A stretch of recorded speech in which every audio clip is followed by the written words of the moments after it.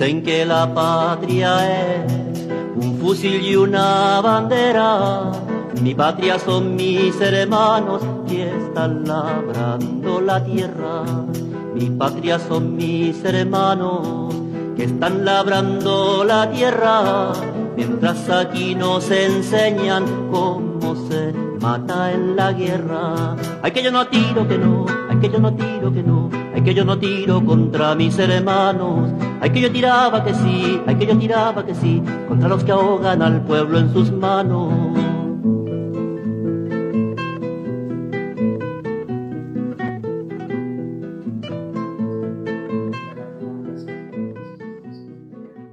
Nos habíamos quedado en plena década del 70, iniciando la década del 70, y bueno, otra vez vamos por el inicio, ¿no?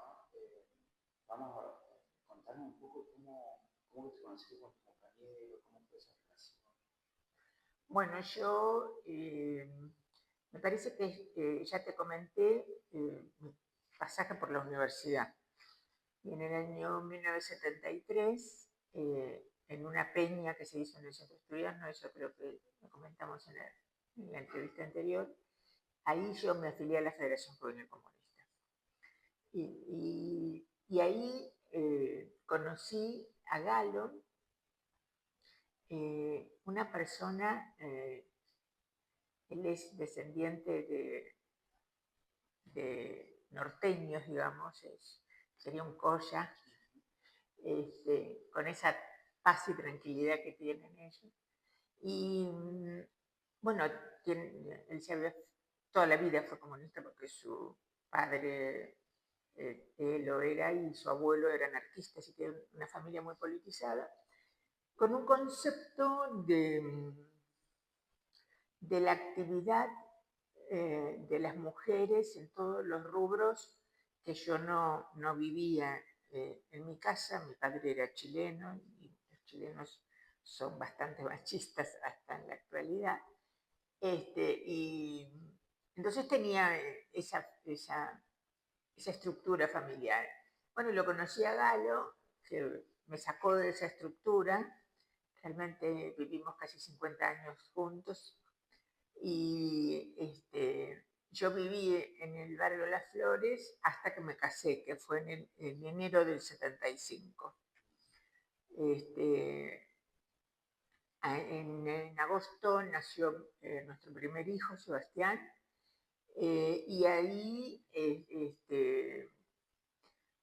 todavía era gobierno constitucional, ya existían fines del 75, empezaron a aparecer las amenazas de las 3A durante todo el 75, me parece.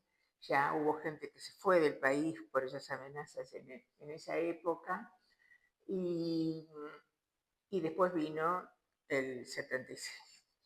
Con el golpe de Estado, nosotros vivíamos en la calle Vélez Sarsfield, entre Chacabuco y Urquiza, en un departamentito. Y bueno, se produjo el golpe de Estado y en junio del 76 yo tengo la primera cesantía. Y a Galo lo llevan preso en el 77 y yo estaba embarazada, no sabíamos que estaba embarazada, de los mellizos que nacieron en diciembre de ese año. Bueno, a Galo lo detuvieron en mayo, principios de mayo del 77, y nosotros lo perdimos porque en ese momento las desapariciones estaban al orden del día. Y lo detuvieron a las 4 de la mañana. En ese momento estábamos viviendo en el barrio Fucha, en la calle Salta. Más de una vez tuve que cambiar de domicilio. No tanto por motivos de seguridad, sino por motivos económicos. No podíamos pagar el alquiler y volvíamos a la casa de mis padres a Las Flores, así que si bien me fui del barrio, volví por algunos tiempos a vivir nuevamente ahí en el barrio de Las Flores. Y lo detuvieron como a las 4 de la mañana y empezamos a buscarlo hasta que, bueno, entrevistamos que se te ocurra, porque no nos íbamos al comando y nos decían que no sabían dónde estaban, que no sabían dónde estaban. Y entrevistamos a Altuna, que había sido senador, pero ya estaba, no estaban en funcionamiento ni la Cámara de Diputados ni la Cámara de Senadores, porque el gobierno, la dictadura, eliminó los partidos políticos, las cámaras, incluso algunos estamentos de la justicia, los sindicatos. Y bueno, entonces hablamos así con todas estas gente y yo siempre cuento la anécdota que con el obispo, pero había un militar medio borrachín que iba al bar de mi papá y que era interventor del Ministerio de Trabajo, que quedaba en la calle Molino. Entonces yo le digo a Tite, porque esa noche se llevaron como 15, 16 compañeros de partido, pero 2 quedaron detenidos, Julio Vejero y Galo Oviedo. Entonces con Tite, el hijo de Julio, yo digo, mira, como última cuestión, vamos a ir a ver a ese señor que yo lo conozco. Entonces fuimos y él me pregunta, uy, Elena, yo lo vengo a ver porque mi esposo está detenido y en el comando no nos dicen dónde está. Entonces él llama en ese momento al comando y dice, acá tengo a los familiares de Oviedo y Ovejero que me dicen que los familiares fueron detenidos por el ejército y no saben dónde están. Entonces del comando le responden, no, nosotros los tenemos detenidos, pero los familiares nunca vinieron a reclamar.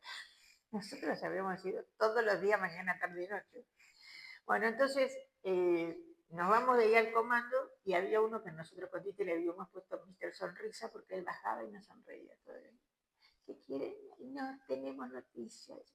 Entonces, cuando vamos ahí, sale con su sonrisa y dice, no tenemos noticias. Entonces yo le digo, ¿sabe que nosotros estábamos junto al teniente coronel Bianchi, así era el apellido de este señor, cuando habló desde la subsecretaría o desde el Ministerio de Trabajo y ustedes le dijeron que los familiares nunca habían venido a visitarlos? Entonces, Sonrisa subió y bajó y dijo, bueno, vengan a las 18 que les vamos a decir dónde están. Nosotros fuimos a las 18 porque yo me acuerdo cuando lo fuimos a entrevistar al obispo le decíamos, hace una semana que están con la misma ropa, porque se lo llevaron con lo puesto. Entonces nosotros, bueno, entonces cargamos el auto de Tite con todo y nos llegamos al comando y nos dicen, están en el regimiento 8.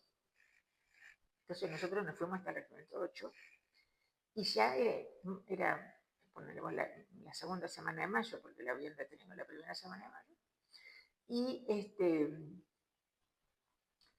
empezaba a oscurecer.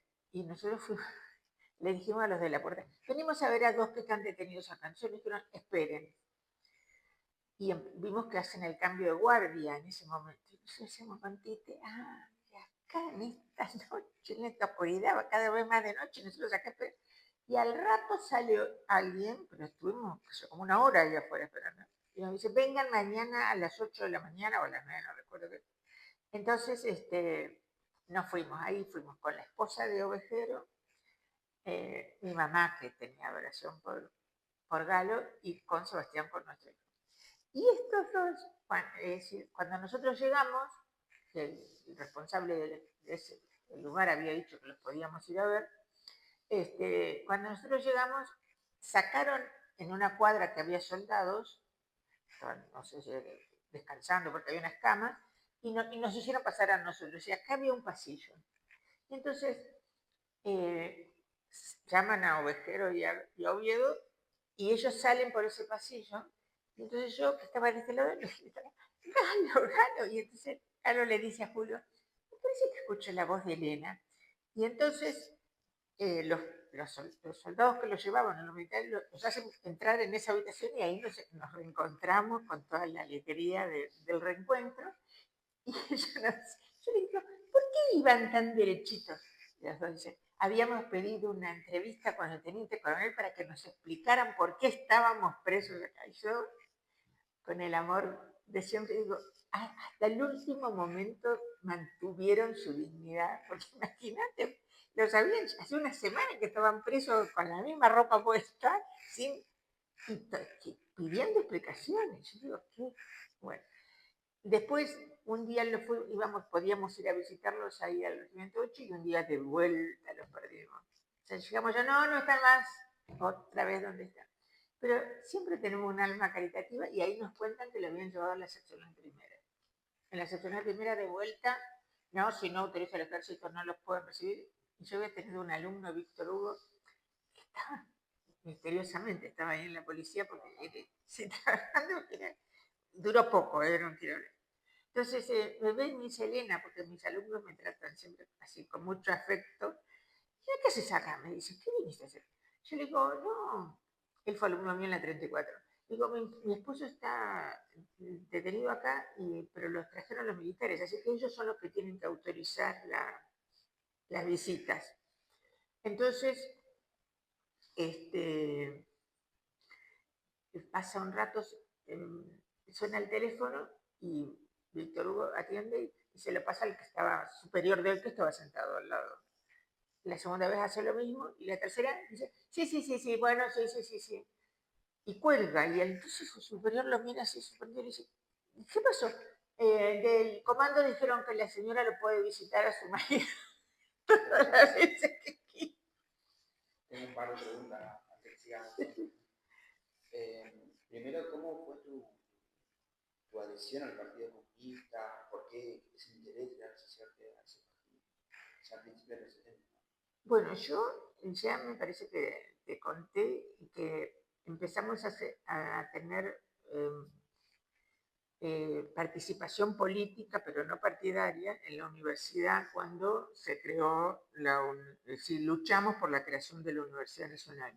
Yo empecé a estudiar en el 69 en la universidad privada y en el 70, 71, empezó a generar todo un movimiento. Y allí había unos cuantos jóvenes comunistas. Y entonces ellos, yo había participado también con personas que sigo queriendo muchísimo, que eran los que trabajaban con Juan Nota, con el cura. Si bien yo no era creyente, pero ellos tenían una cosa así de amplitud y toda una militancia social. Fuimos con ellos fueron más veces, yo fui una sola vez a las reservas indígenas del Chalí y llevábamos cosas. Toda esa cosa social, político-social la teníamos.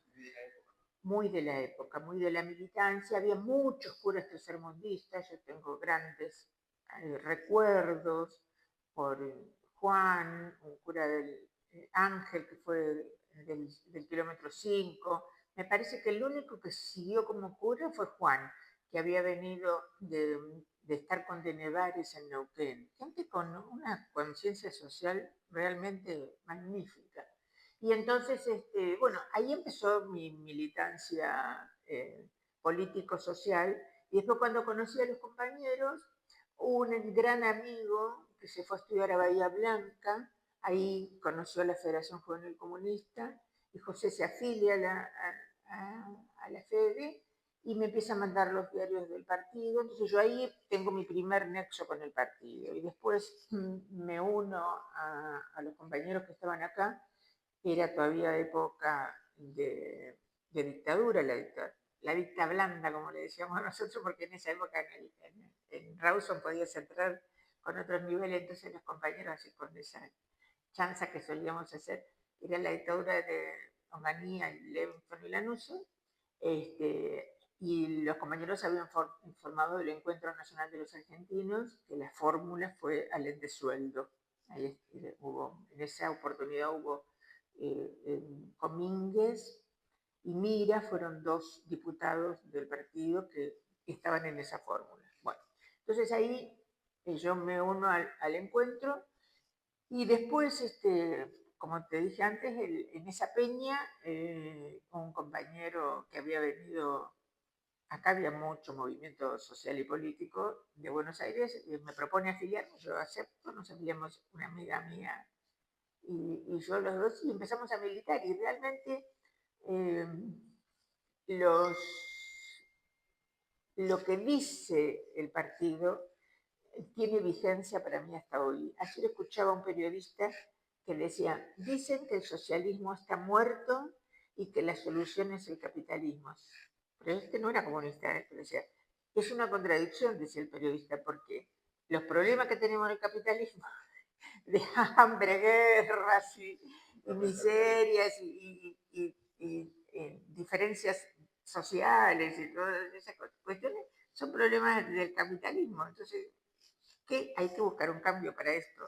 Para mí sigue vigente que ese cambio es el socialismo y entonces, bueno, por eso milito desde el año 73 en el comunismo. ¿Y qué significado, qué actividades hacían también en esa militancia tan temprana del 73, en Comodoro Rivadavia? Y primero el Partido Comunista en Comodoro tiene una historia muy larga, porque acá vinieron muchos europeos en las distintas guerras y muchos vinieron muchos anarquistas, no sé si vos conocés, hay algunos escritos sobre el anarquismo en Comodoro y también sobre los comunistas. Acá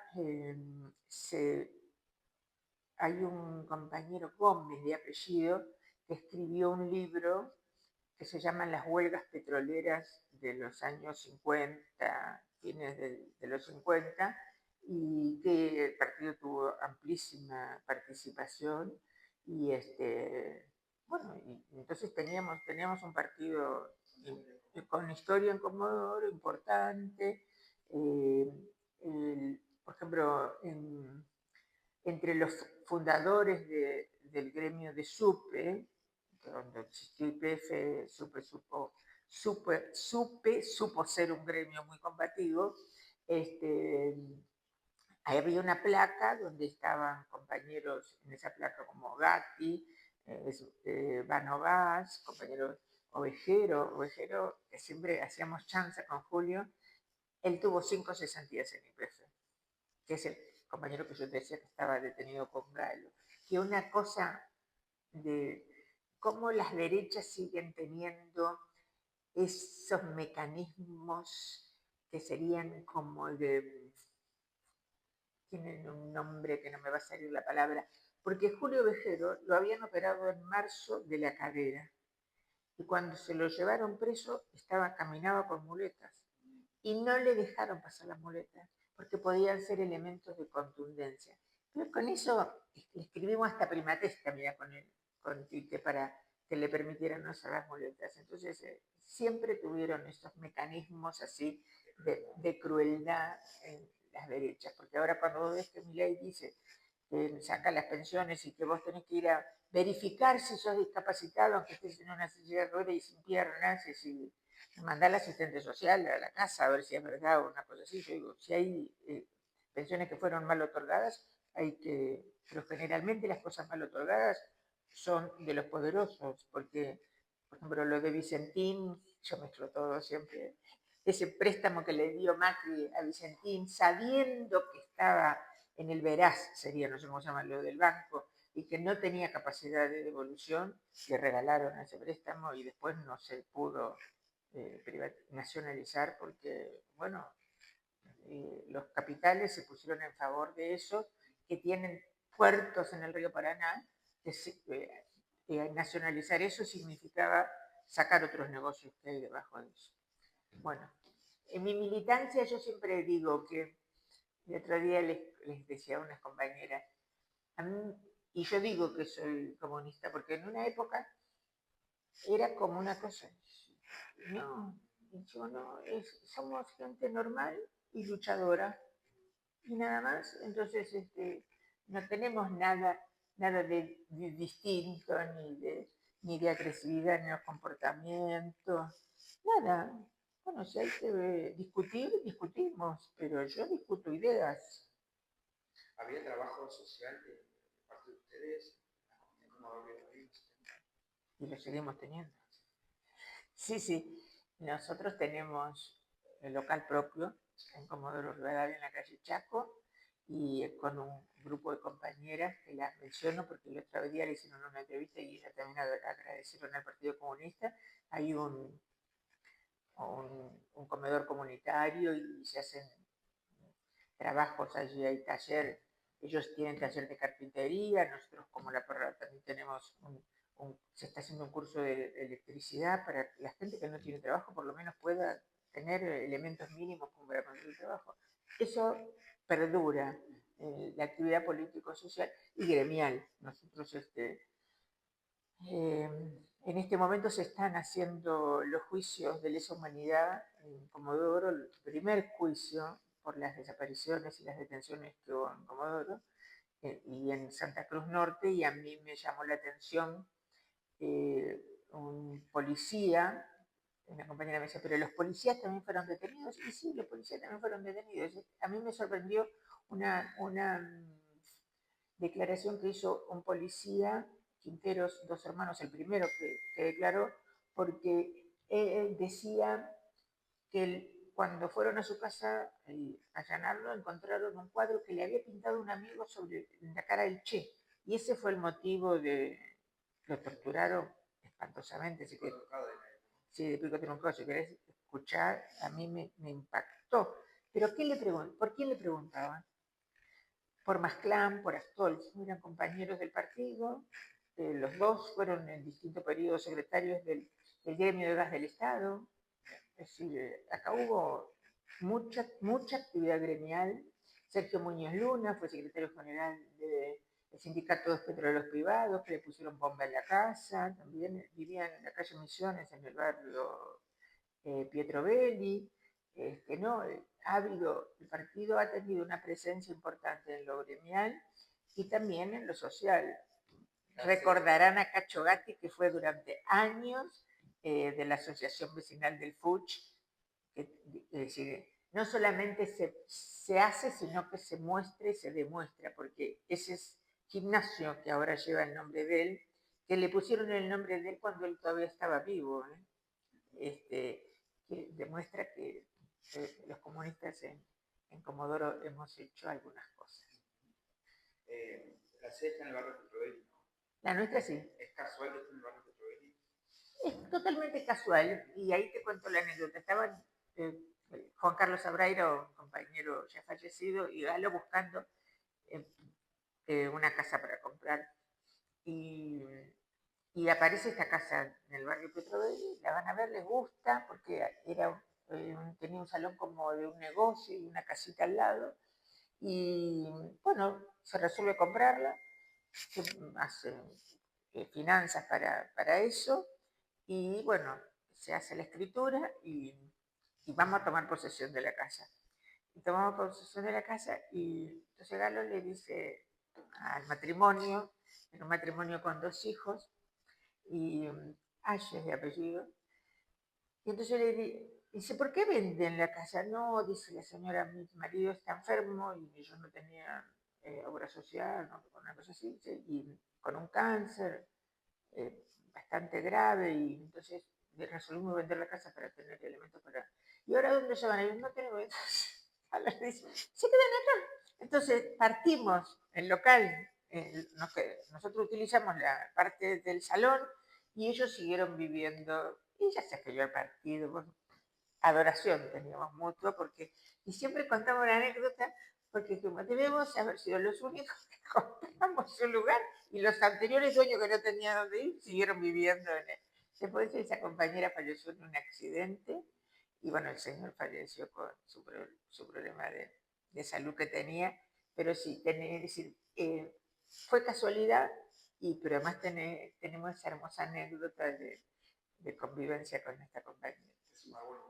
De sumar voluntades, sí. Decía que te habías casado en el 75, Sí. 73. En el 75.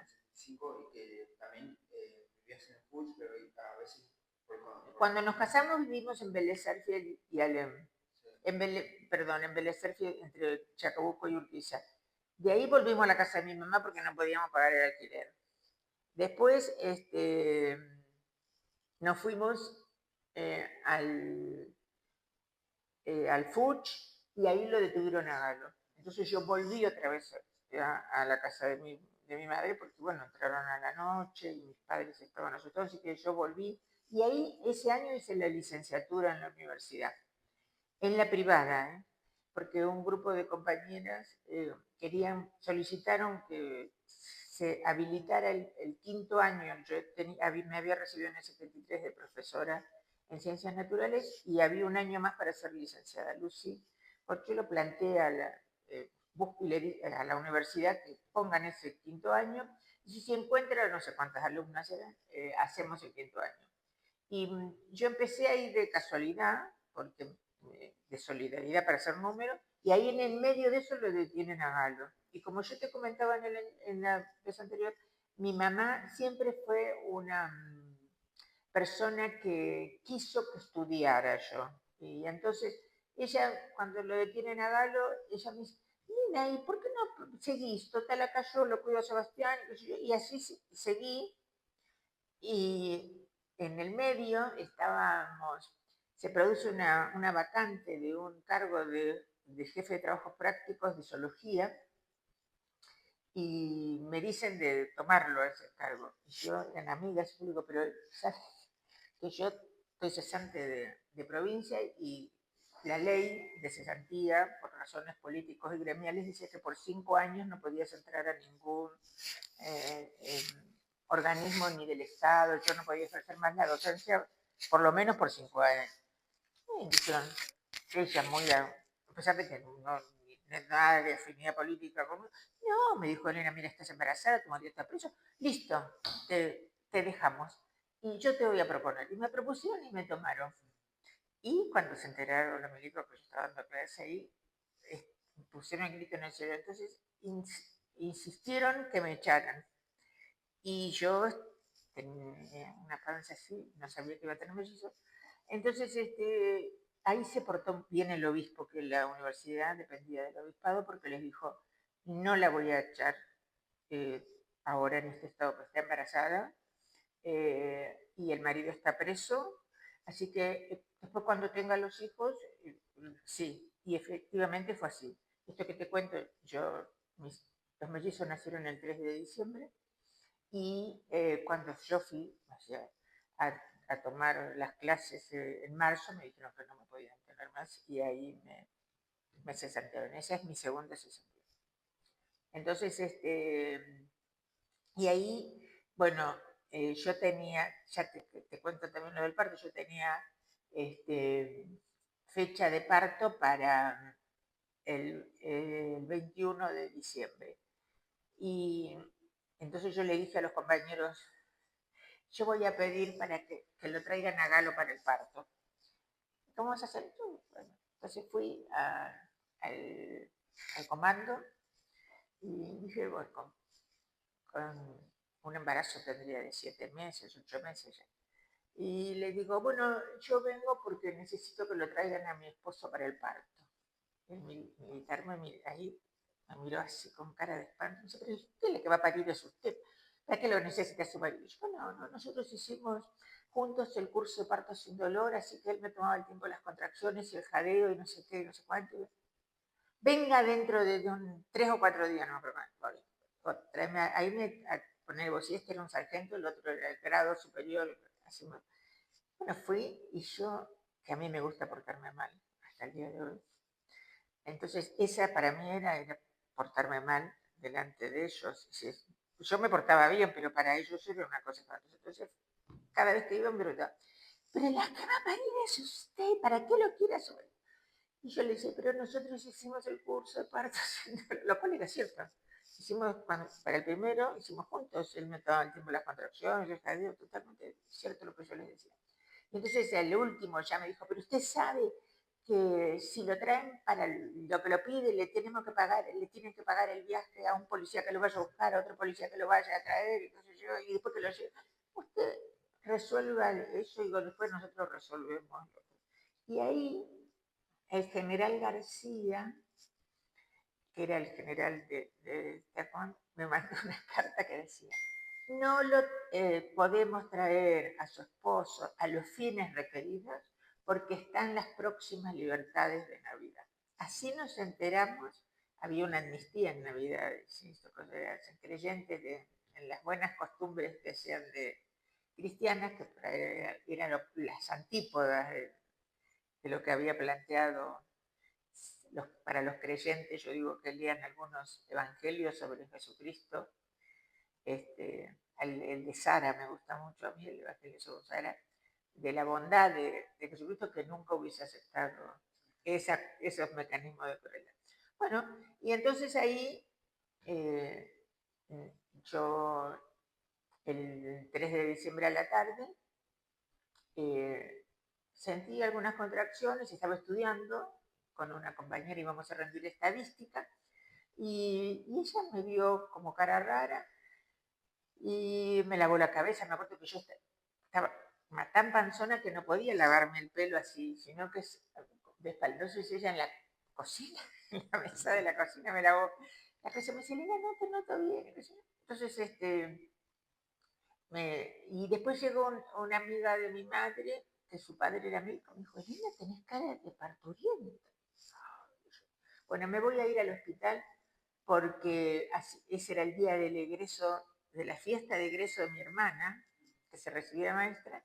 Digo, me voy a ir hasta el hospital, así se van tranquilos a la fiesta. Y yo empecé a tener más contracciones, y Tuki, cuando íbamos por la rural, tuve una contracción y bajamos. Me llevaba el esposo, que tenía un Falcón. Si hubiese ido en la camioneta vieja de mi papá, me parece que paría en el camino. Entonces, íbamos por el diario Crónica, bajando, tuve otra contracción. Entonces ella se asustó, pero no lo demostró. Y entonces después me contó. Y entonces llegamos al hospital y fuimos a la guardia, y entonces yo tenía contracciones más importantes. Y estaba Marina Alonso, que estudió conmigo en el Colegio de las Monjas, la médica psiquiatra. Yo digo, Marina, no viene el médico, que ya lo llamaron las enfermeras. Y entonces ella sale, lo encuentra a Pires, que fue el que me atendió, en la mesa redonda. Che, ahí hay una mujer, una parturienta que está en la guardia. Entonces él viene, y vestida como estaba yo, me sacan los zapatos y la ropa interior, me ponen en la camilla, y el médico me dice, ya estás para parir, así que me cambian de camilla, porque me pasan una camilla con ruedas, y yo ahí rompo bolsas. Entonces me dice, no, ya, yo los tengo acá. Y entonces, en la guardia, nació el primero, pusieron una cortina así, porque no es la guardia actual en el regional, sino una más chiquita que estaba enfrente, y que tenía tres consultorios, pero se les podía correr una cortina. Entonces, en uno de esos, ahí. Y el médico, cuando nace el primer niño, que yo le había puesto Guillermo, porque Galo había elegido Guillermo o Guillermina de nombre, y entonces, como nosotros encargábamos los hijos siempre con nombre, al primero le dijimos siempre Sebastián, Sebastián, Sebastián, y algunos amigos nos decían, pero ¿cómo le van a decir por nombre? Porque sabemos lo que hacemos, nos jorobábamos con ese tipo de cosas. Y entonces nació, y yo decía, Guillermo, me van a matar ahora. Porque ahí decíamos Guillermina, Guillermina, Guillermina.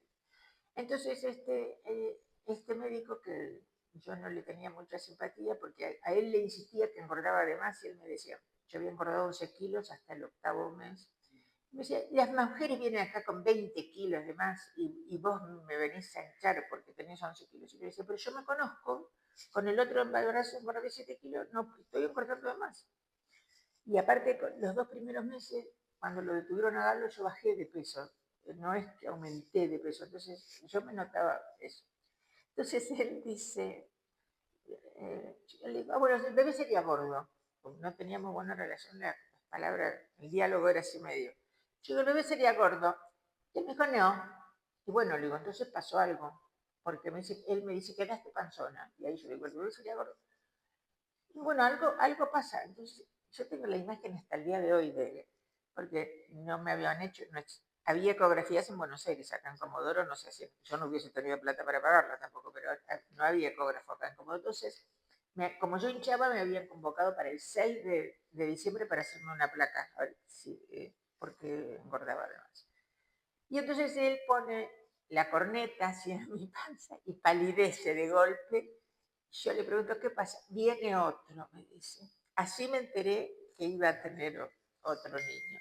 Entonces, él era la cosa más, menos útil para un parto, porque era en esa camilla con la gente pasando por acá constantemente. Y yo, no sé, bueno, no sé si vos sabés, vos sentís los dolores porque el útero se contrae, pero yo era como una pelota desinflada, mi útero, yo ya no sentía ningún dolor, entonces no iba a poder pujar todo esto que yo había estudiado para el parto anterior. Entonces yo le digo al médico, vos me sabés decir cuando el útero se contrae, y bueno, porque es verdad que yo hice el curso, le digo, así que vos me decís, yo pujo. Bueno. Y entonces nació la niña y ahí le pusimos a Guillermina y yo le gritaba, porque a Nicolás, que así se llama, y entonces le había puesto a Guillermo, cuando salió, lo envolvieron en una cosa limpia y se lo llevaron a neonatología, que era, no me acuerdo si primero o segundo piso, y yo quedé ahí abajo. Entonces yo le decía, cámbienle el nombre al otro, cámbienle el nombre al otro. Y entonces ahí le puse a Nicolás y Guillermina. Y lo cómico era mi familia, porque cuando nació el primero, afuera estaba Chiqui, que es como una hermana para mí, y Tuki, esta señora que es la que me llevaron. Entonces, resolvieron que el marido de Tuki vaya a decirle a mi mamá que venga al hospital porque yo había parido. Entonces va, Eli le dice, bueno, doña Elba tiene un hermoso nieto, y entonces viene y en la mitad del camino, porque la historia es media arrevesada, bueno, ella fue a buscarle a mi mamá. Ahí quedaron Tuki y Chiqui en el pasillo de la guardia. Entonces, cuando veían que entraban con suero y qué sé yo, dicen, ¿qué pasó? Viene otro. Y entonces esperaron ahí, en 10 minutos nació Guillermina. Entonces dice Chiqui, les voy a avisar ahora que son dos. Entonces, en la mitad del camino se encuentran, venía mi mamá y iba Chiqui otra vez a las flores. Entonces, Chiqui le hacía así. Entonces mi mamá dice, Chiqui pide un cigarrillo, pero ella no fuma. Entonces estacionan los autos y se baja Chiqui, así como estaba todo alegre. Tuvo tuvo otro. Bueno, entonces mi mamá vuelve a conocer a sus dos nietos y entonces mi mamá le dice, Chiqui, anda a avisarle a Aurelio, que era mi papá, que nació otro. Entonces mi papá, como buen chileno, el Chiqui dice, ay, don González, tiene ahora nietos. Y entonces mi papá no la vuelve.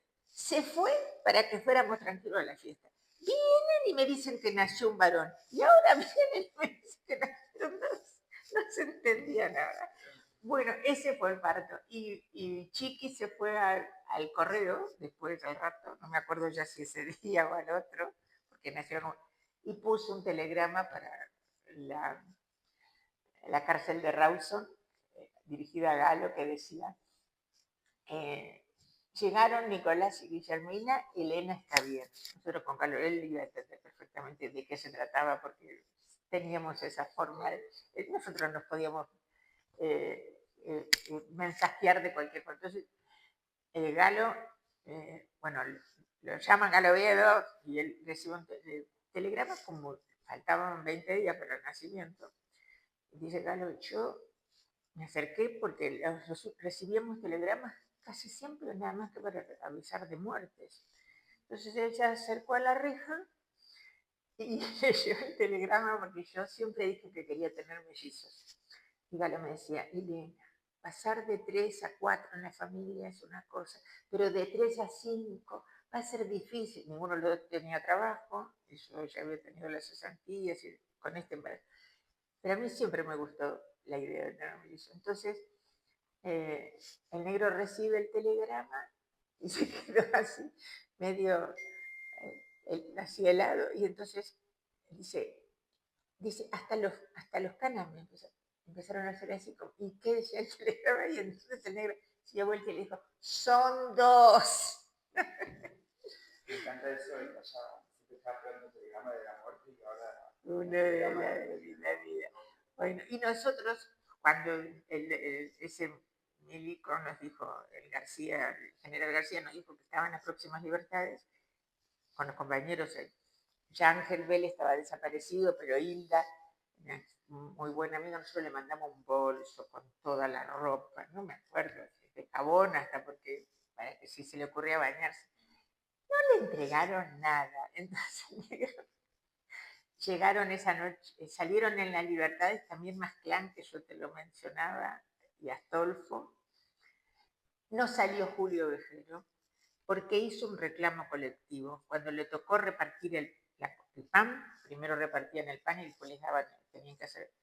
No le alcanzó el pan y él dijo, me falta pan. Y estaba prohibido decir, vos tenés que distribuir lo que te daban. Entonces, por ese reclamo colectivo, no le dieron la libertad en ese momento y se la dieron en la Semana Santa, porque con esta cosa que yo te decía de la religiosidad, en cada festividad religiosa ellos parece que lavaban sus pecados haciendo este tipo de, salieron las libertades. Así que eso. Bueno, y yo siempre, por ejemplo, a mí me gusta recordarlos así, con una sonrisa, porque algunos me dicen, ¿y por qué? Porque ganamos, porque vencimos la dictadura. Es decir, yo voy ahora estoy yendo a todas las audiencias de los crímenes de lesa humanidad, porque también hay otros compañeros que no se sabe dónde están, como Pocho Silveira, tenemos el compañero de Caleta, Cordano, que era el enfermero que desapareció cuando iba a Buenos Aires, porque él quería que se podía ir del país, un compañero chileno que había venido con el golpe de Estado de Chile. Bueno, hay un montón de compañeros desaparecidos que no se sabe dónde están, pero de todas maneras vencimos a la dictadura. Entonces, yo cuento estas anécdotas con una sonrisa porque, bueno, porque me prefiero relatarlas de esta forma y como viste que escribió Neruda sobre la primavera, ¿cómo era? Podrán cortar todas las flores, una cosa así, pero no impedirán la llegada de la primavera. Claro, es decir, algo, no es expresamente, pero eso es lo que dijo Neruda, compañero de partido también. Así que me parece que hay que tener esa esperanza y esa alegría. Me interesa saber también, en esas idas y vueltas que tenía la casa de tus padres, cómo era el barrio La Flor en la década del 70, si lo puedes describir. Yo tengo una imagen más impactante porque nosotros vivíamos en Sarmiento hasta los 10 años, hasta mis 10 años, 9 en realidad, cumplí los 10 en marzo, viví algunos años de muy chiquita en Río Mayo y después en Sarmiento con viste cómo es, con árboles y con jardín y con flores, qué sé yo. Y ahí nos fuimos al barrio Las Flores en el año 60, 59, final 59, 60, era un páramo. Era una cosa desértica, bien meseta patagónica. Entonces, esa tengo la imagen de, esa que tengo la foto esa que se ve, que todavía que el cerro que está pelado. Y después fue creciendo de a poco, digamos. Primero nos pusieron el agua con canillas en las esquinas, que era lo más el gran avance, porque si no antes, en el caso de mi padre, que era obrero de YPF tenía unos tanques que distribuía agua para sus operarios, los obreros que no tuviesen agua corriente, porque había un problema muy serio, todavía no estaba el acueducto de Sarmiento, los acueductos eran los de Trevos y de Manantiales.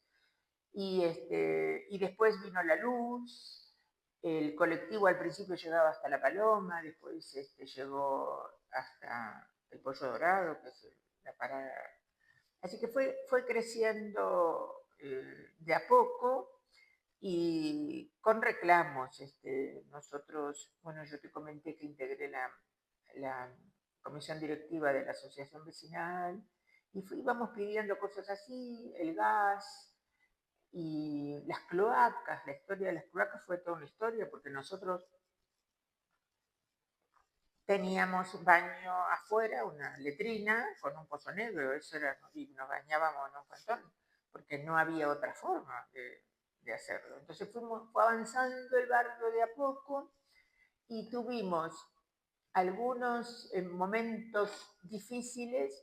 Uno de ellos fue el conflicto con el Beagle para los argentinos, los chilenos que vivían en Argentina y también para los chilenos que tenían familia en Argentina. Yo tengo primos que son hijos de yugoslavos allí en Chile y mi primo se hizo ciudadano croata, porque ¿y cuál fue su argumento? Dijo, yo no puedo pelear en contra de mi familia que está del otro lado de la cordillera, así que prefiero perder la nacionalidad chilena antes de enfrentarme en la guerra. En realidad la guerra la hacían otros, no el pueblo no quería la guerra. Y fue difícil esa situación, porque además los devolvían en camiones, entraban en casas donde había chilenos. El problema, no sé si vos conocés, primero te dan un certificado de residencia, después te dan el documento y así va avanzando. Y bueno, algunos no tenían certificado de residencia, entonces los deportaban. Fue difícil. Y, y, y después también fue muy difícil Malvinas, que por ahí no se comenta tanto, porque la inexperiencia y la imprudencia y todo lo que se te ocurra de los militares cuando hicieron la guerra, nosotros de vuelta estábamos en el barrio en Las Flores. Ahí era porque yo, siendo maestra en la escuela de Radatili, nos ofrecieron terrenos a las maestras y yo obtuve uno de esos terrenos y me había empezado a hacer en el 73-74 una casa en el barrio, ahí en Radatili. Yo siempre me río porque digo que como yo era independiente y militante y los hombres por ahí no aceptaban tanto las militancias femeninas, yo dije, yo me voy a hacer una casa ahí en Chile. Yo pensaba dar clases siempre ahí. Y empecé a hacerme esa casa y ahí, eso fue en el 73, y ahí llegó Galo. Entonces la casa fue para ambos. Y en principios del 82, dejamos la casa donde estábamos para terminar la casa de Radatili. Mis padres se habían ido de viaje, mi mamá siempre iba a visitar a su madre y a sus hermanos que estaban en Santiago del Estero unos cuantos meses. Entonces se fueron en el verano y nosotros nos fuimos a vivir ya con los tres críos a la casa y estábamos terminando la casa de Radatili, ya casi lista. Ya lo habíamos anotado a Sebastián, empezaba primer grado en esa escuela, en la escuela Radatili y todo. Y ahí, una semana antes de Malvinas, nos hicieron un atentado en la Malvinas que la destruyeron totalmente, a masazo limpio. Y entonces, yo ya ahí trabajaba en una tienda, en del Chenque, porque como te dije, no podía tener, después te cuento las otras 3 cesantías que tengo, porque tengo 5 en total, pero entonces empecé, un compañero me ofreció trabajar en esa tienda y ahí trabajé desde el 80 hasta el 2009. Simultáneamente fui reincorporada y todo eso. Bueno, y ahí entonces creíamos que podíamos terminar la casa esa Radatili, después cuando vino Galo se sienta, porque estábamos en la casa de mi mamá y le habíamos puesto la multiuso, porque era un dormitorio con una mesa, una heladera, el televisor arriba de la heladera, una cocina, entonces era la multiuso, porque era todo eso, era una pieza de 4x4 donde dormíamos, comíamos, cocinábamos. Yo, el negro había teníamos un Citroën, el negro había llevado a Sebastián a la escuela y pasa a ver cómo estaban trabajando los albañiles en la casa. Bueno, y vio que estaba totalmente destruido, entonces vuelve, se sienta y yo le veo la cara y le digo, ¿qué pasó? Y él me mira, llegó a la casa, sí, me dice, la destruyó. Bueno, entonces le digo yo, bueno, vamos a hacer todo lo que haya que hacer políticamente, todas las entrevistas, todas las denuncias, en los diarios Crónica de la época sale las fotos, si buscas en el archivo. Y hicimos todas las denuncias y después nos olvidamos que tenemos que hacerlo aquí, porque si queríamos empezar inmediatamente a recuperarla iba a ser imposible, porque, bueno, era un dineral, ¿no? Nos rompieron las ventanas, y en el baño, entre el baño y la cocina, un buraco así en la pared. Bueno, fue. ¿Qué fecha empezaron a denunciar en los diarios? Y la denunciamos inmediatamente. Es decir, esto fue una semana, ¿por qué? Porque no tengo claro que fue una semana antes de Malvinas, Sí. porque llegó Malvinas y se olvidaron de nosotros. Por eso sí, ya nos habían roto los vidrios en la casa donde vivíamos al lado Rego y nos hicieron este atentado y ahí se olvidaron de nosotros. Marzo del 82. No, fue marzo del 82. Marzo del 82. Entonces, y no me acuerdo por qué volvimos a esto de la bueno, fue el desarrollo de cómo era el barrio de las Flores, esa había sido tu pregunta. Y ahí yo te digo que en ese momento la inoperancia del gobierno militar habían puesto responsables por manzana. Y entonces ese responsable por manzana tenía que decir lo que vos ibas a hacer. No sé si vos conocés, si yo esto a lo mejor te lo cuento y es para vos y no para la filmación. Porque no, viste que dijeron, si hay problemas de bombardeo, si hay alguna información de que pueden bombardear, una cosa así, se va a avisar por radio. Entonces usted tiene que tener prendida la radio. Bueno, se corta la luz, se corta todo y nosotros dijimos, había que hacerlos por eso, poner una frazada. Entonces nosotros dijimos, se cortó la luz, porque sentimos la radio, no había ninguna información, estaba también sin callada la radio. Entonces prendimos la Petromás que teníamos vieja, qué sé yo. Y no me acuerdo si Galo salió en el auto, una cosa así. Y al otro día informaron, ha habido un error en la información. También se apaga la radio porque si quieren bombardear nos pueden ubicar por la zona. ¿Para qué nos habían dicho lo de que escuche la radio? Bueno, después viene el de la manzana y nos dicen, parece que nos van a evacuar a Sarmiento. Informo porque cabe la posibilidad que bombardeen el acueducto. Entonces, nos dicen a los que teníamos chicos, había que, bueno, abrigo, porque era mayo, junio, mayo.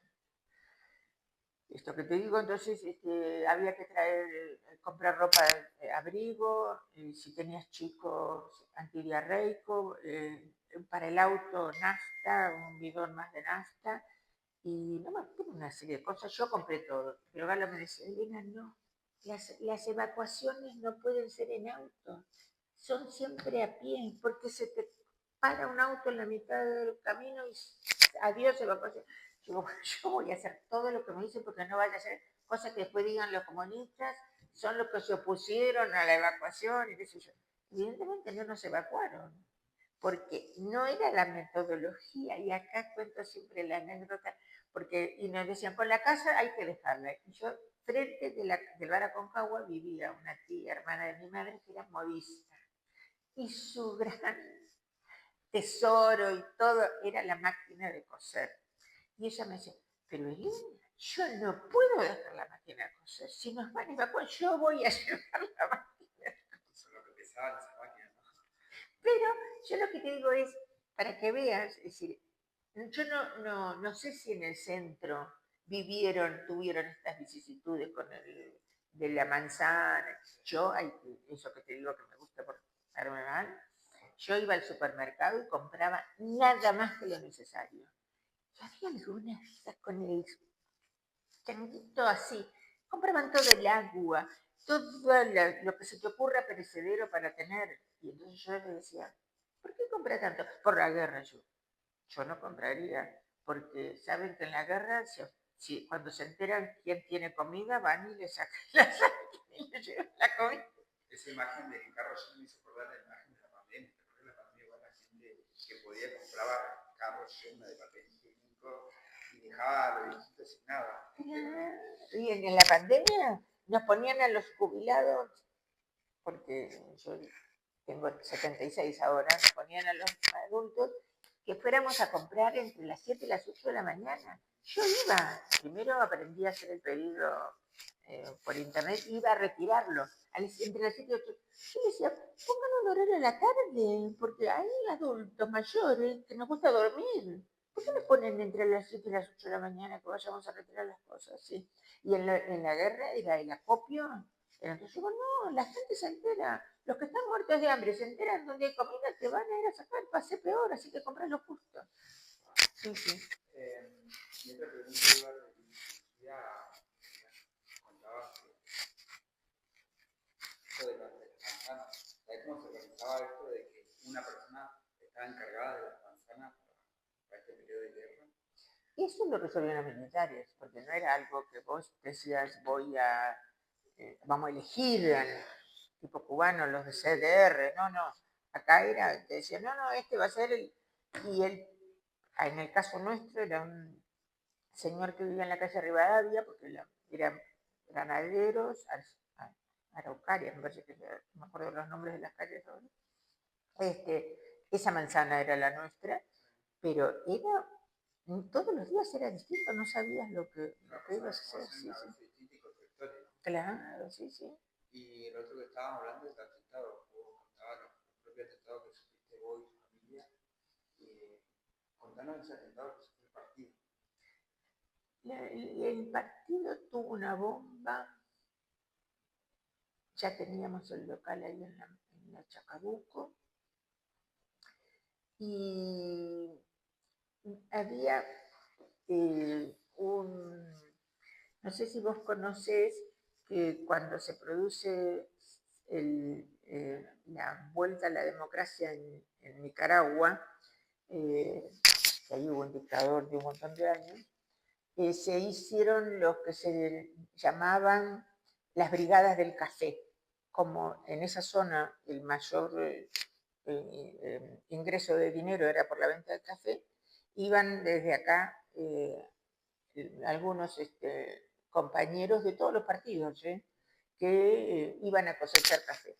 Y había venido un ingeniero que había sido brigadista y hizo una charla en el local. Yo salgo tarde de la universidad y voy al local y lo encuentro a uno porque nosotros nos siguieron a Galo y a mí un montón. Entonces había un morocho y yo soy muy de recordar, por ahí no me acuerdo los nombres, pero esas caras las recuerdo. Entonces yo voy, estaba sentado porque habían llamado a una conferencia de prensa y estaba sentado ahí diciendo que era periodista de Extremo Sur, una revista que se hizo, era mensual, me parece así. Le acaba de conocer. Conozco. Dijo que era periodista conocido. Yo abrí cana cuando llegó. Bueno, esa noche no pusieron la bomba. No pusieron. Estaba haciendo trabajo de inteligencia. Entonces, bueno, hubo mucha solidaridad y después entonces sacamos, ahora vos ves antes estaban las ventanas del negocio todavía que tenían los Hayes. Entonces, eran ventanas bajas y pusimos ventanas altas en el local y con ese vidrio con alambre como para medidas de seguridad de tener, ¿no? Sí. ¿En qué año fue eso? Estaba pensando en qué año fue. Tiene que haber sido al principio fines de los 80, principios de los 90. Sí. Bueno, también me llamaba la atención en tu relato el padecimiento que tuvo que sufrir tu compañero en el 2008. ¿Cómo lo encontraste vos después de esa semana que estaba con la misma ropa? Contanos eso. No, Galo nunca iba a hacer nada que me preocupara. Él siempre era así. Y bueno, lo perdimos 3 veces, porque lo perdimos esa semana, después lo perdimos unos días también hasta que lo pudimos ver en la seccional primera, que gracias a Víctor lo pudimos ver, y después lo perdimos cuando lo fuimos a buscar a la seccional primera y no estaban, y ahí sí, lo era que lo habían llevado a Rawson. Y en Rawson lo podíamos ver cada 45 días una persona, es decir, fui yo primera a verlo, y lo podía ver a los 45 días. Después, como a los 15 días, fue mi mamá, me parece, y podía volver a visitarlo a los 45. Después fue mi hermana y podía volver a visitarlo a los 45. La familia de Galo que vive en Buenos Aires, ni soñando, porque ¿quién tenía plata para venirse y estar ahí? Así que fue difícil. Pero él estaba íntegro, por eso te conté la anécdota que había pedido la entrevista con el general. Estaba íntegro, él así con su personalidad de tranquilidad, pero no me iba a preocupar. No tenía eso. Él era el que siempre había... no, primero tenía algunas consignas. No hay que perder la calma. Y él, yo que soy tan charlatana, él me decía a mí, yo solo hablo si tengo algo que decir. También me interesa saber cómo ustedes empezaron a investigar o estaba detrás de él. Este recorrido que vos decías, bueno, fuimos por el comando, fuimos por la primera. ¿Cómo era eso de pegarse por dónde ir a preguntar? Yo iba a revolver cielo y tierra hasta encontrar a Galo. Como hizo Hilda con Ángel, que no lo encontró, porque, bueno, Hilda, a él lo secuestraron, perdón que mezcle, pero a Ángel lo secuestraron de la base de Trelew y tiene que ser uno de los que tiraron al mar desde los aviones. Nunca apareció el cuerpo, pero a Hilda le hacían creer que estaba vivo y que lo iban a soltar en Buenos Aires. Y ella le llevaba en enero, ponele vos, en primavera le llevaba ropa de verano, porque tenía unos tíos Ángel viviendo en Buenos Aires, y en otoño le llevaba la ropa de invierno, y así ella siempre esperándolo, porque eran así, crueles, ¿no? Y ya estaba muerto, ya un compañero, Juan Carlos Canet, que era un compañero no de partido, sino de peronista, que lo detuvieron en Trelew y vino y después se fue del país, pero vino a despedirse, él vivía acá en Comodoro y un día me lo encuentro yo. Tenía la marca de las cadenas de los grilletes en las piernas, para que veas lo que era el nivel de la tortura y de tu cuerpo, lo que queda resentido. Después a él lo vi en un viaje que hice cuando gané con las estudiantes. Yo ya te conté que fuimos con las estudiantes a Estados Unidos, y eso que gané con biología marina, y yo lo fui a ver porque él estaba viviendo en Nueva York y me decía que nunca había podido recuperar la audición de lo que le habían pegado porque quedó con sordera y todo eso. No me acuerdo por qué. Bueno, vos me decías lo de buscarlo. Yo lo iba a buscar, si decía. Inmediatamente, y además yo aprendí de Galo algunas cosas, como cuando te digo que lo iba a buscar para que lo traigan para el parto. Él podría estar por dentro muriéndose, pero no demostraba. Y eso yo lo aprendí de Galo. Entonces lo busqué siempre diciendo, es un hombre libre, ustedes lo tienen detenido injustamente, no tienen derecho a tenerlo detenido acá, con el nombre bueno, bondadoso. ¿Qué iba a hacer daño? Nada, no le iba a hacer daño a nadie. No le iba a hacer daño sí, al sistema capitalista, porque quiere al socialismo, pero no por eso iba a hacer cosas personales, digamos así. No, hay que hacer cosas colectivas siempre cuando uno quiere un logro, ¿no? Sí, sí. Estábamos recordando lo del conflicto de Beagle. ¿Tu papá tuvo algún problema por ser chileno en ese tiempo? Me parece que no. Y además mi papá tenía un calendario de Allende pegado en el vidrio del bar, que unos compañeros, Lucho Levicoy, que fue detenido y estuvo en el centro clandestino de detención que había en la prefectura, él y el hermano, chamaco Lucho. Él cuenta que fue al bar de mi papá sin saber quién era, ni nada, ni que yo era comunista, y no sé quién lo llevó al bar. Y entonces dice, entrar y ver la foto de Allende. Claro, prohibida, sí, sí, prohibida. Y yo lo que no te conté es lo de las otras cesantías. Entonces, cuando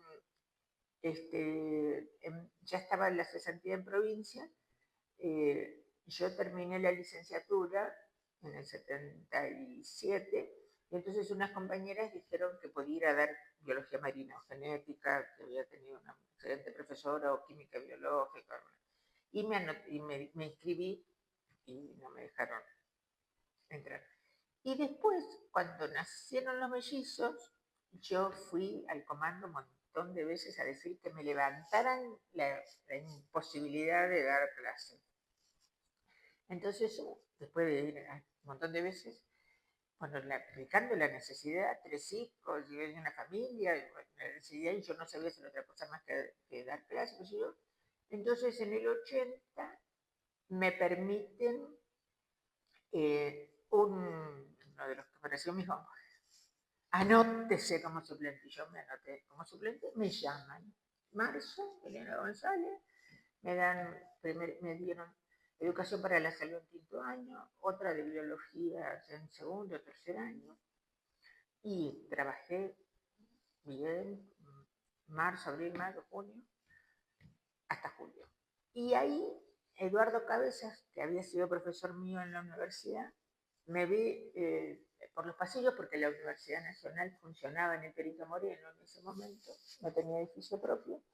Y entonces me llama, me ve y me dice, ¿estás trabajando? No, sí. Bueno, venite conmigo. Entonces ahí me permiten, me designan en la cátedra de Eduardo, que era zoología, como auxiliar en zoología.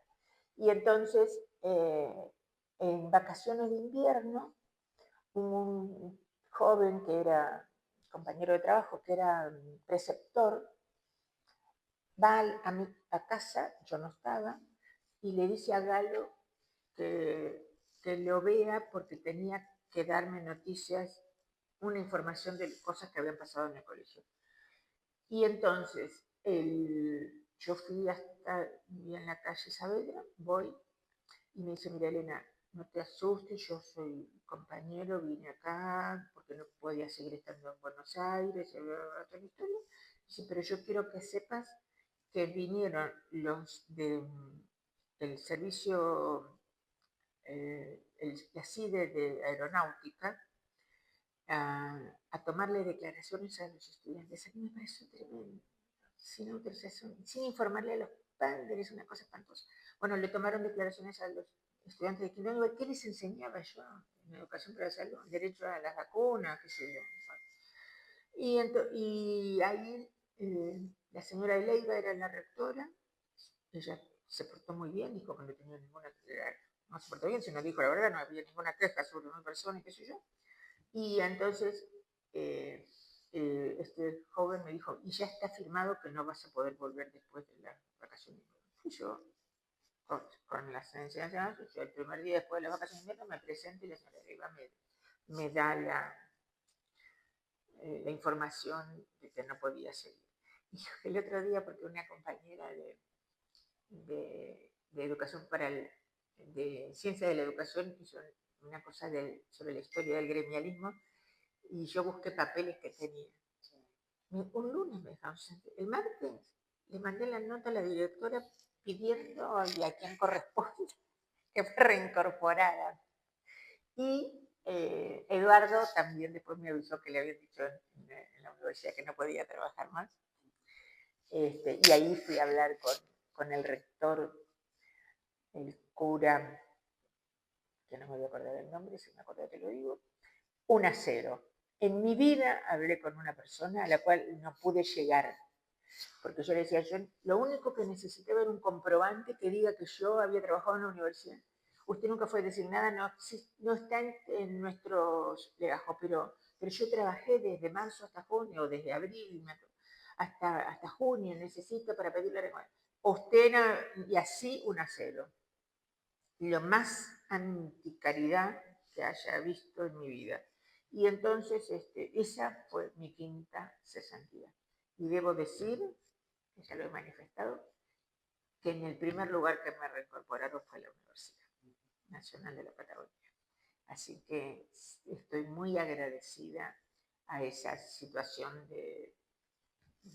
democrática, digamos. Después me reincorporaron en provincia, pero tardaron un año. Y bueno, esa es parte de mi vida. Sí, también te pido una cosa, si puedes recordar algo de vivir, cómo se vivía en el barrio, ¿no? Se vivía con temor, sobre todo, yo no, me parece que si hago la vuelta, la mamá de Jacinto, que ya te lo mencioné, era la única argentina que no tenía algún familiar chileno, después éramos todos chilenos, todos con descendientes chilenos, casi todos. Entonces, el temor de la deportación era un temor serio, y también nos enteramos que hubo casos en gente que tenía documentos, pero que le habían hecho, era gremialista o no sé qué, le rompían los documentos y lo mandaban de vuelta, como si no tuviesen documentos. Así que sí, fue difícil, fue muy difícil. Y después, cuando vino el cardenal Zamoré, que fue el mediador, se hizo como una cosa cayó la tensión, digamos. Y no sé si vos sabés, pero en el barrio por lo menos, cuando alguien quería recomponer alguna situación de pelea entre alguien, le decía, ahí viene el Zamoré, que había quedado como el sobrenombre para situaciones de personas que quisieran arreglar conflicto entre dos vecinos, había quedado lo del Zamoré. Sí, sí.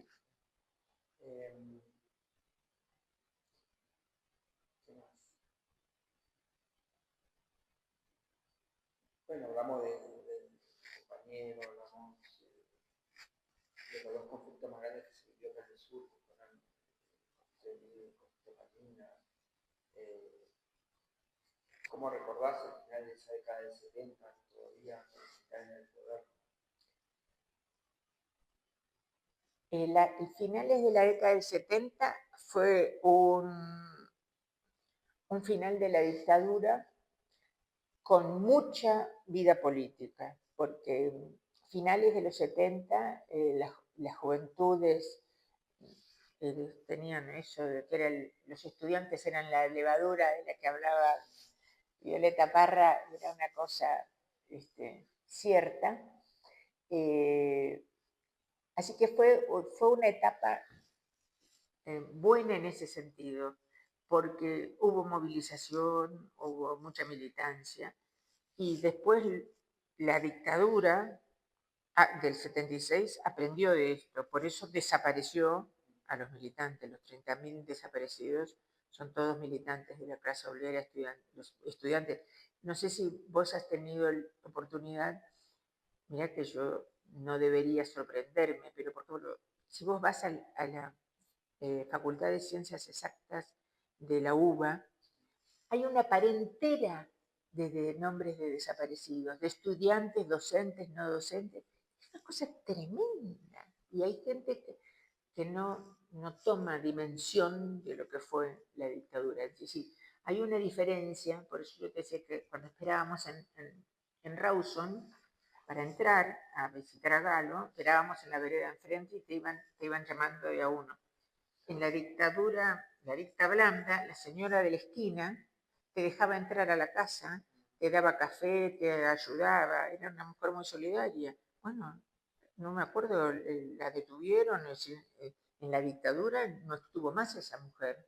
Entonces ahí otros comentaban de lo que había sufrido, persecución esa persona, nada más que por ser solidaria, por ayudar.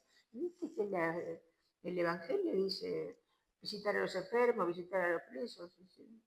Debería ser uno de de las cuestiones que los creyentes cristianos católicos practicantes hacen, como visitar a las personas que están privadas de la libertad.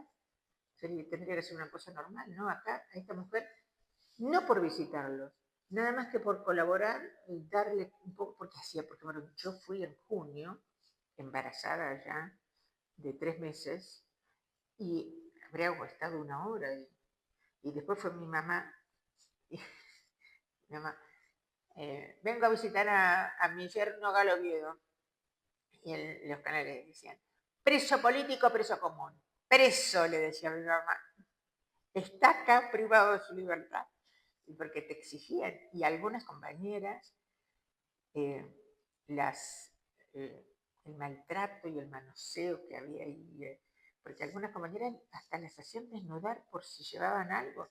¿Y sabes cómo los veíamos? Suponiendo que teníamos esta distancia. Acá había una mesa, acá había un vidrio y un tubo, entonces vos hablabas y después para escuchar ponías la oreja.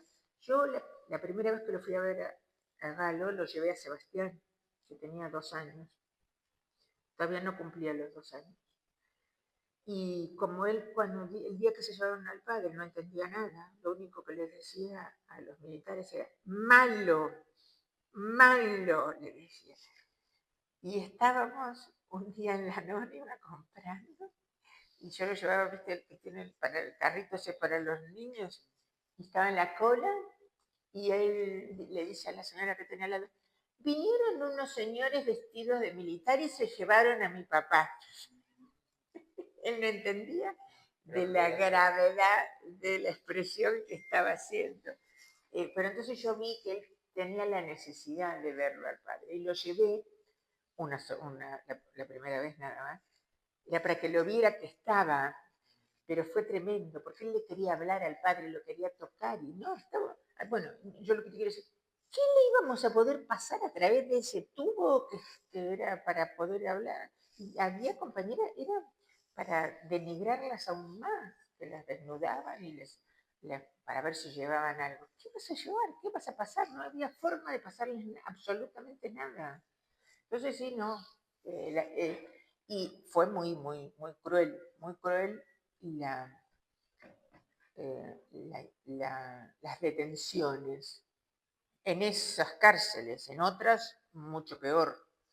Porque bueno, acá tuvimos el centro clandestino de detención ahí en el kilómetro 8, donde estoy escuchando en los juicios ahora, las formas de tortura que tuvieron fueron tremendas. Y acá no se sabía o no se quería saber.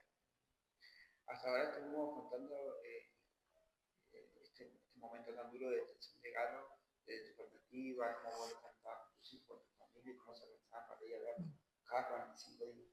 ¿Qué te contó él de lo vivido de adentro, de la experiencia del mismo? Él me contó cuando salió, porque yo cuando lo fui a ver, la segunda vez me parece que fue, porque no con Sebastián, lo noté raro. ¿Qué pasa? No, nada. Y entonces, después me dijo, Elena, ¿cómo nos conocemos? Me dice, porque ¿sabes lo que me pasaba?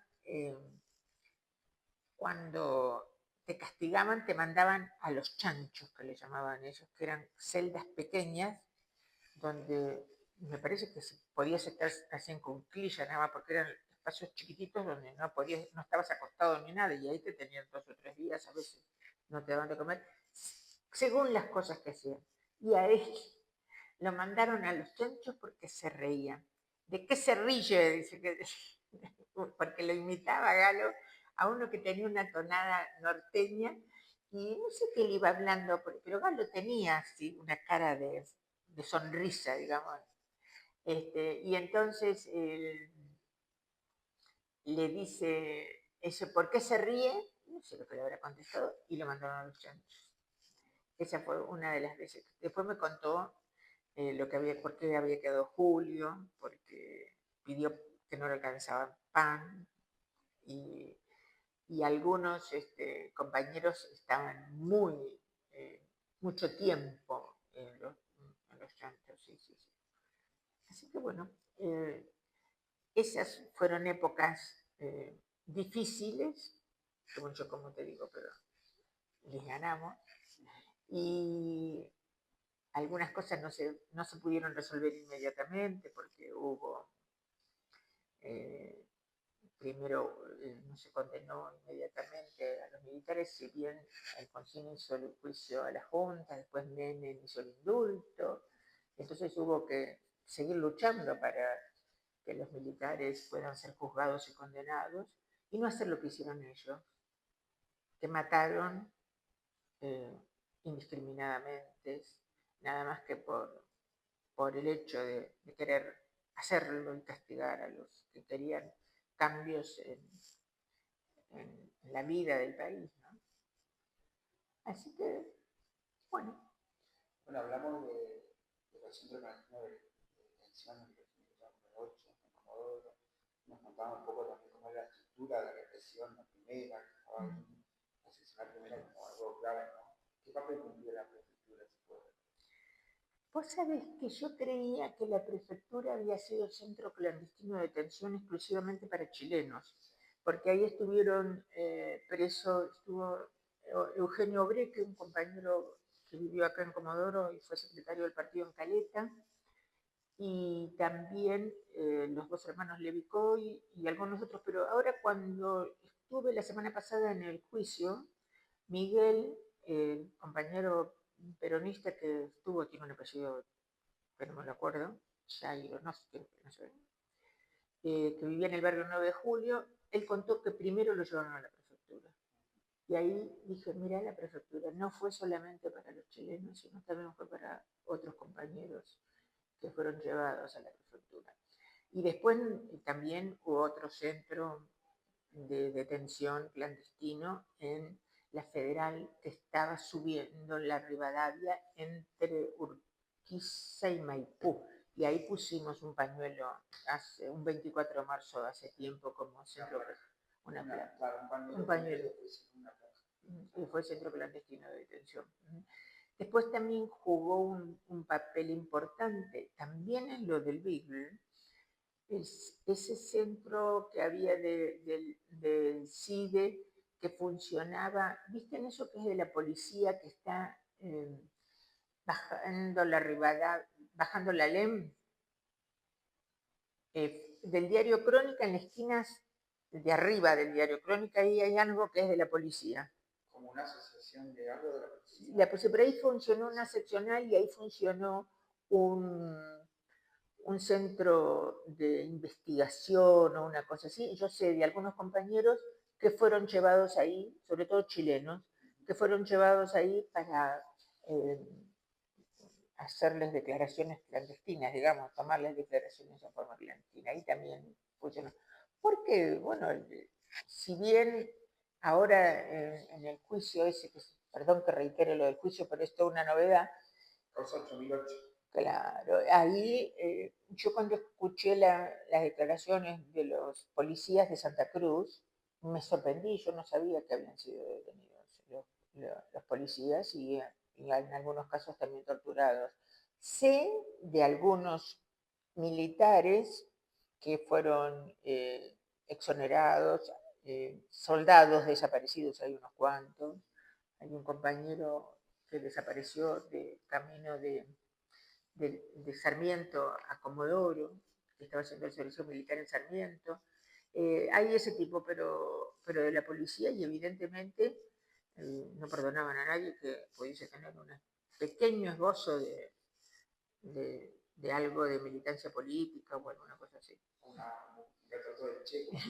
Que solamente por eso fue torturado. Sí, sí. Vayamos a, para llegar a un punto final, a finales de esa dictadura, después de Malvinas. ¿Cómo se vivió ese proceso de intento de apertura democrática? No tuvo la misma efervescencia de la del 73, porque en la del 73 fue una fiesta.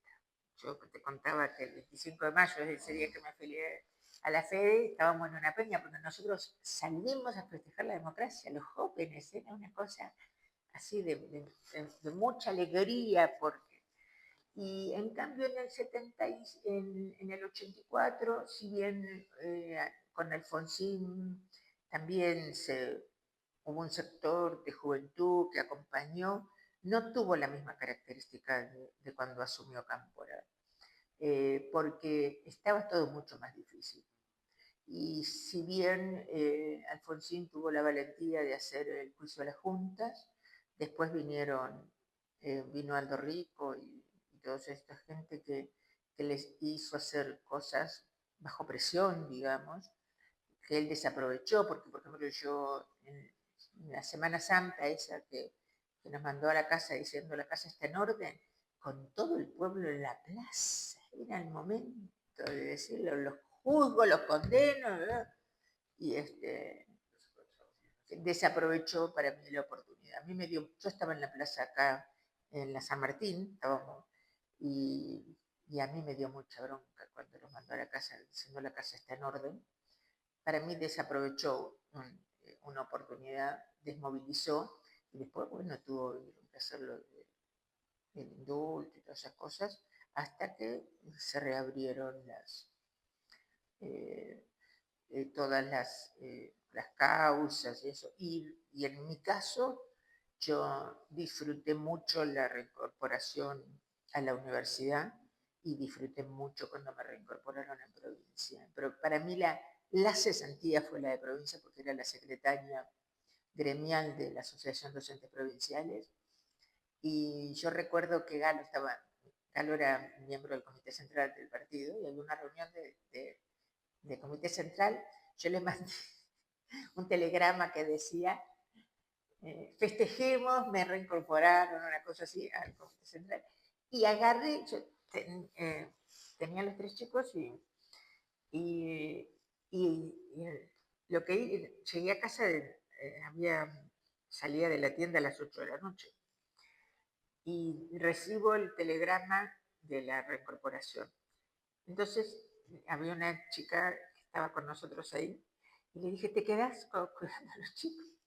Y me fui a la casa de me acuerdo de Carmen Rossi, una queridísima compañera, y a la casa de Chico, bueno, a todas las casas de los compañeros y los amigos.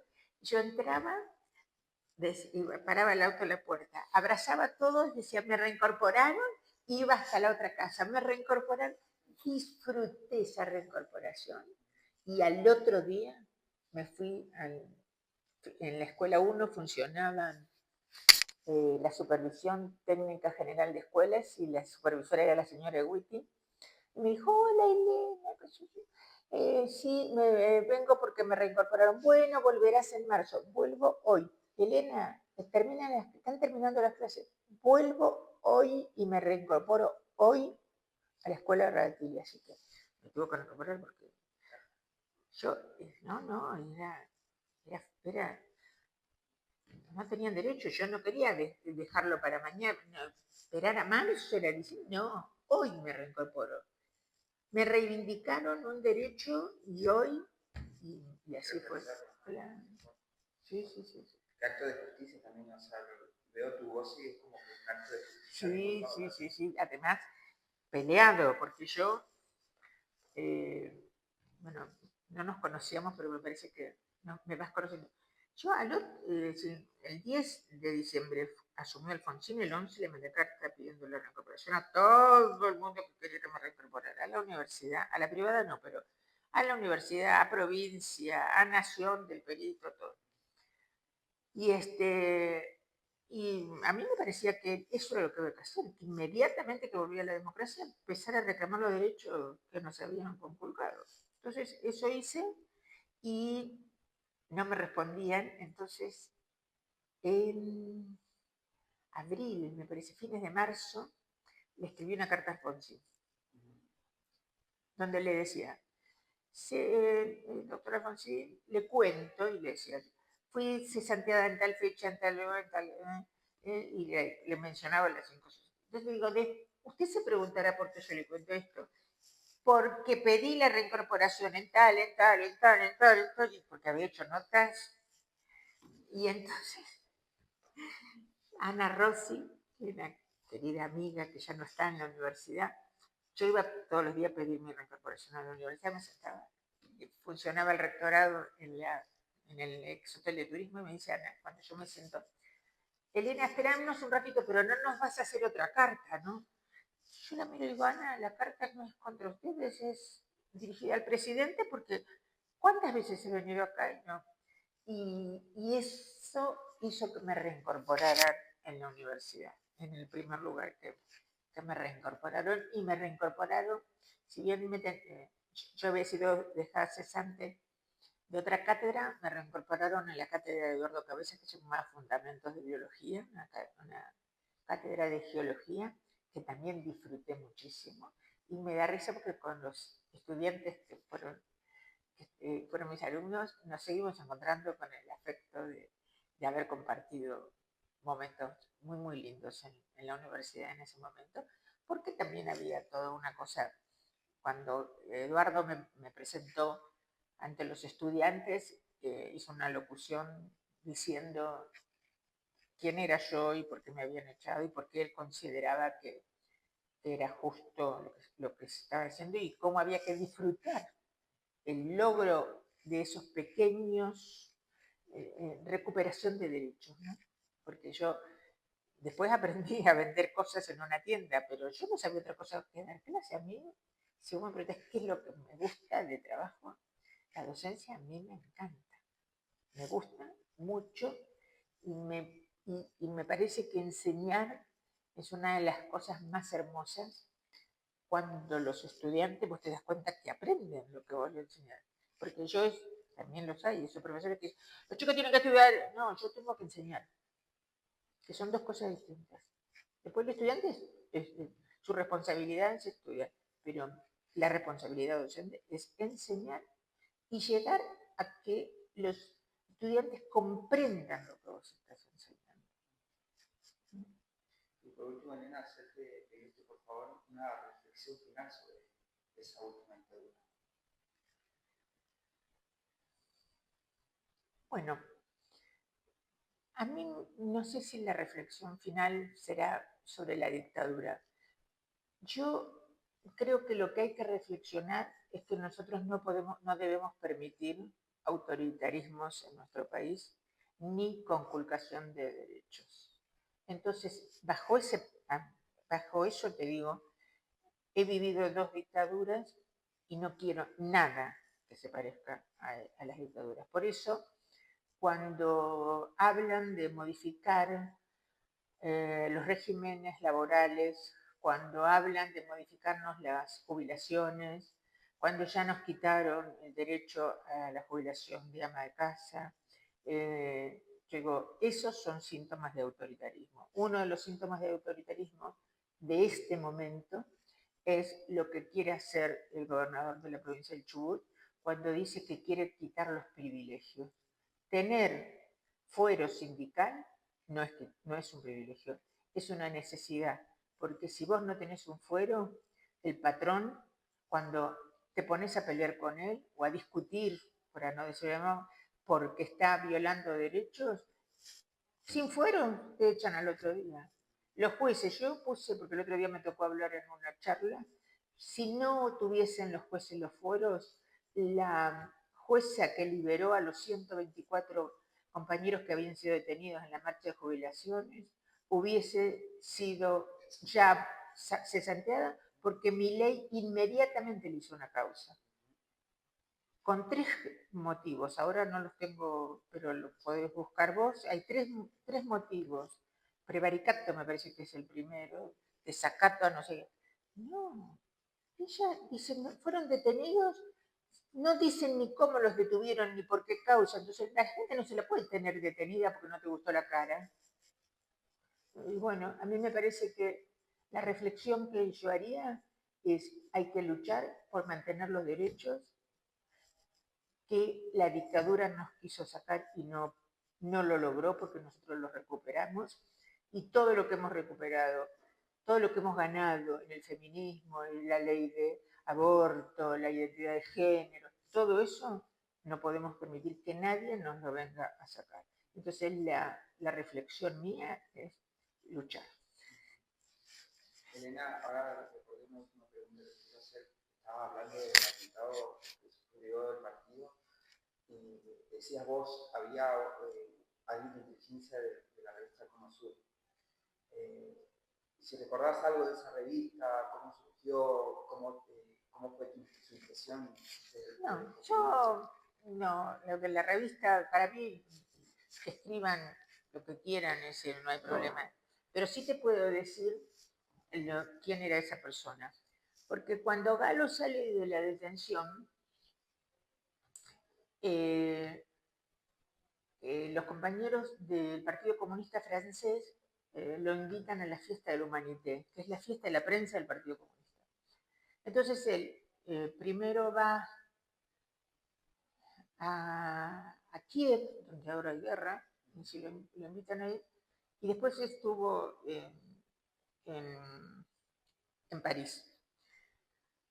Y Negro, por supuesto, salió en diciembre, y esto fue en junio que fue invitado. Entonces fue a renovar el pasaporte.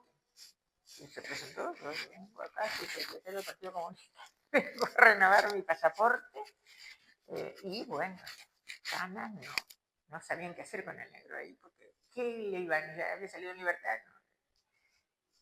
Tuvimos 15 días un Falcon verde con techo vinílico negro, con 2 personas. Nosotros vivíamos en esa época en el pasaje Hernandarias, un pasaje donde estaba esa casa redonda, no sé si te acordás, que era algo de la escuela de discapacitados. El pasaje Hernandarias cae en la ruta, es un pasaje cortito que sale a la ruta 3, donde está Canal 9, donde estaba Canal 9. Hace no sé cuánto que no le pagan los sueldos. Entonces, bueno, ese es el pasaje Hernandarias. En la puerta de nuestra casa, que era una casita prefabricada, la tiraron abajo, ahora hay un edificio importante, como de unos cuantos pisos. Bueno, y que fue de periodista, era uno de los que estaba dentro del Falcon Verde. Había otro morocho alto y otro que también había sido policía de la provincia, y me parece que había sido exonerado de la policía de la provincia porque había tenido algo que ver ahí en la época del virus, no sé si había matado a algunos compañeros chilenos. Viste que algunos dijeron en esa época, los mataron porque huían. No era así, decían correr y después los mataban entonces por la espalda diciendo que habían estado huyendo, ¿no? Bueno, ese tuvo un juicio por eso y por eso lo reconocí.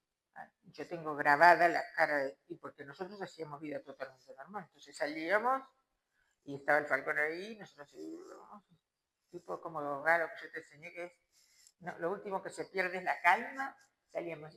Bueno, y después le dieron el pasaporte y se fue a disfrutar de ese premio que le dieron.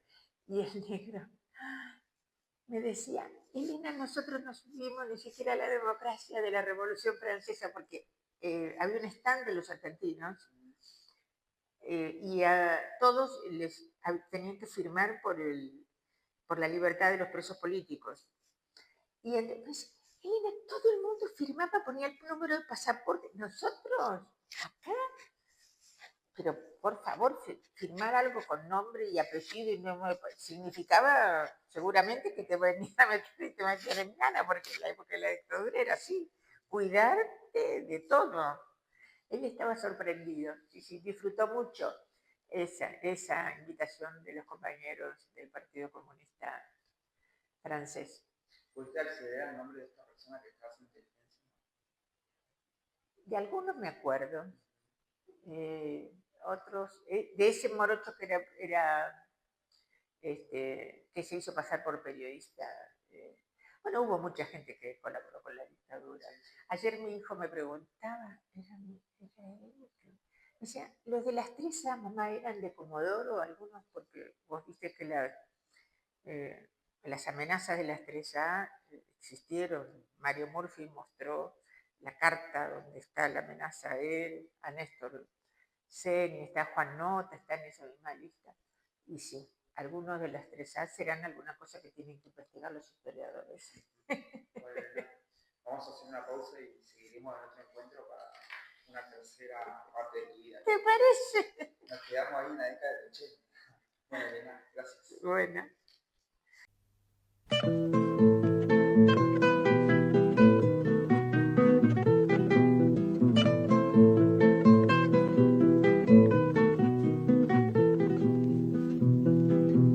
Dicen que la patria es un fusil y una bandera.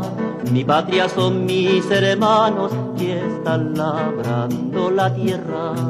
Mi patria son mis hermanos que están labrando la tierra. Mientras aquí nos enseñan